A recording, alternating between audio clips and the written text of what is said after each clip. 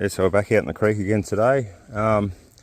Today I've decided to start down the bottom, or down to this next bend. We have a bend down here, and this big straight section going up here. So most of the gold I found was up at the top, just around the corner. There's a big inside bend. I'll walk up there in a sec and show you. But we're just going to target this bedrock. And down the bottom here, it's a fair way down. It might be 10 or 12 inches down. Just up here, it's about 6 or 8. You can see the bedrock here decaying. So that's what I'm targeting. I'm getting into the floor where all the fine gold may have got caught in the clay and that old decaying rock. So I'll make our way up the creek. There is still a bit of water around, so I can test, which is good. You can see the bedrock's very close there. That's a pretty deep little gutter in there. So a pretty fast section there. I wouldn't expect much gold to be through here. There's not a lot of big rock. It's all smaller rock. But when you get up the creek further, you can see you start to get into some bigger rock. Up here's a bit of a bench there as well. It's very narrow through here, so very fast section, but we have bigger rock. So we will get in and test that. You can see the bedrock here. This is actually hasn't been dug. It looks like it's been dug, but recent flood event we had, the water came down here. It was about 1.5 feet deep, and it's basically come off this inside little bend here, and it's basically blasted all that bedrock out. So you can see the amount of rock that's come down. As we go up, the rocks are getting bigger. Gets a bit wider here too, which is good. So it'll be a lower pressure zone, so it'll be able to drop out. And that's why you got a lot more bigger rock there as well.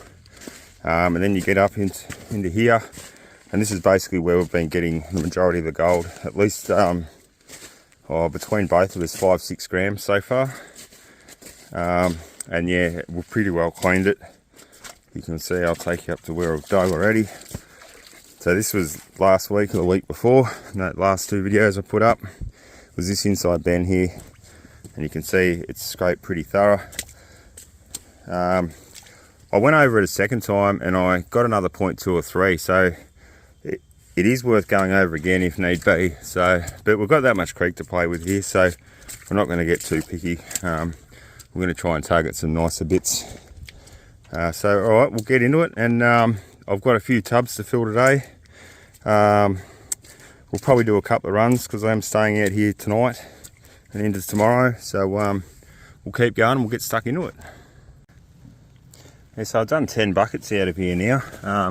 You can see it is quite deep. It's probably 6 or 8 to 10 inches deep in spots, and it is down to that bedrock. And you can see the bedrock line, the jagged edge going through there. It actually just dips, and she's just solid there. So I've given that a pretty good scrape. Still got heaps of creek to work, but yeah, that's 10 out of the way. So I'm going to go up to the little dam I've got up there and run it through and see what we get out of it. And if it goes all right, I'll just keep going from here up. If it drops away or it's not as good, we're going to probably go up a bit further. It's just so hard just to get it out of here. You got to cart it all the way up the hill, a couple of buckets at a time. It's pretty tough going, but if there's some good gold there, it'd be well worth it. All right, we'll keep going. So we're just up at our little dam, tiny little dam. So we've got the tubs. I've filled them full of water. What I do, I'll tell you the process that I do. Once I dig it out of the creek, I put it in these tubs, and then I fill them with water. And then I simply have a mixer here, and we